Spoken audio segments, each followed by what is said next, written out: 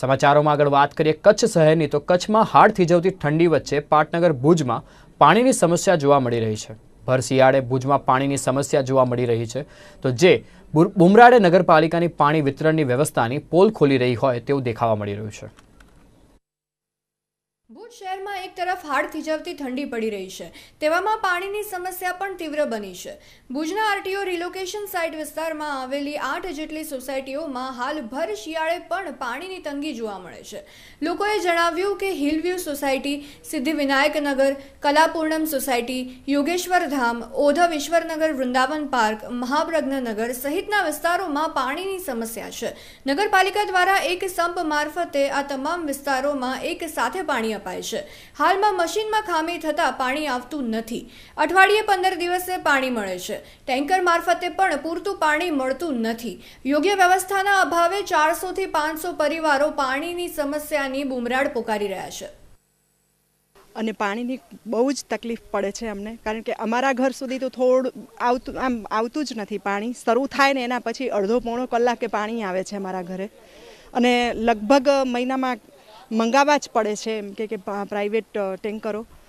અને હમણાંથી તો બહુ જ તકલીફ છે, તો લાઈન બદલાવી શકાય ને તો લાઈન જ આખી બદલાવી દેવાય એમ। 4 દિવસે છે પણ હમણાંથી તો 3 મહિનાથી તો એટલી બધી તકલીફ છે કે આવતું જ નથી એમ। એ અમે વાત કરી હતી, ત્યાં પણ બધી વાત અમે કહીએ પણ છીએ, પણ એનો પ્રોબ્લેમનો સોલ્યુશન કાંઈ આવ્યું નથી હજી આ પ્રોબ્લેમ। અત્યારે શિયાળો છે એટલે પાણી થોડુંક ઓછું એમ કે એવું લાગે કે વપરાશ ઓછો છે, પણ પાણી આવે જ નહીં તો ઘરમાં કેવી રીતે ચાલે। આજે છેલ્લા ઘણા સમયથી અમે પાણી માટે ઝઝૂમીએ છીએ અને મોટર બગડી જાય છે વારંવાર। 2 મહિનામાં 3જી વખત મોટર બગડી। આજે મોટર બગડે છે ત્યારે અમને 15 દિવસ સુધી પાણી નથી મળતું, અને જ્યારે પણ આ મોટર બગડે છે અને આ ટેન્કરવાળાને માલુમ થઈ જાય છે કે આ લોકોના વિસ્તારમાં પાણી નથી આવ્યું, ત્યારે અમારા પાસે ટેન્કરના પણ ડબલ ભાવ વસૂલે છે। તો આવા મોંઘવારીના જમાનામાં અમારે ટેન્કર કેવી રીતે ખરીદવા? આજે જનરલી ટેન્કરના 500 રૂપિયા લઈ લેવામાં આવે છે। ભુજના પોશ વિસ્તારમાં પાણીની સમસ્યાઓ જોવા મળી રહી છે, ત્યારે નગરપાલિકાના વહીવટદાર એવા ચીફ ઓફિસરને પૂછતા તેઓએ જણાવ્યું કે પાણીની સમસ્યા અંગે રજૂઆત આવી છે।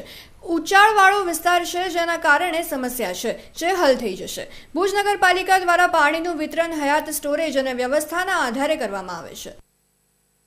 કાલે કરિયમનગરની જે ફરિયાદ આવી હતી એમાં એમનો વિસ્તાર કંઈક હાઇટ પર છે, એટલે એમની કંઈક પાઇપલાઇન બદલવાની છે અને 2 દિવસમાં એમનું કામ પૂરું થઈ જશે, ત્યાર પછી એમની ટેન્કરની જરૂરિયાત નહીં રહે, એટલે એ મુજબની ફરિયાદ આવી હતી। અને બાકી તો સપ્લાય નગરપાલિકા દ્વારા આપવામાં આવે છે, જે ભાડા પર બોર આધારિત છે, એમાં 5 થી 6 દિવસ થાય છે। બાકી બધા વિસ્તારોમાં 3 થી 4 દિવસમાં સપ્લાય થાય એવું કરવામાં આવે છે। અને હજી સુધી એવી કોઈ ગંભીર ફરિયાદ અહીંયા આવી નથી, અને જો ફરિયાદ આવશે તો એમાં પણ એમને કઈ રીતે પાણી સપ્લાય વ્યવસ્થિત મળી રહે પાઇપલાઇન મારફતે એની પ્રાયોરિટી આપવામાં આવશે।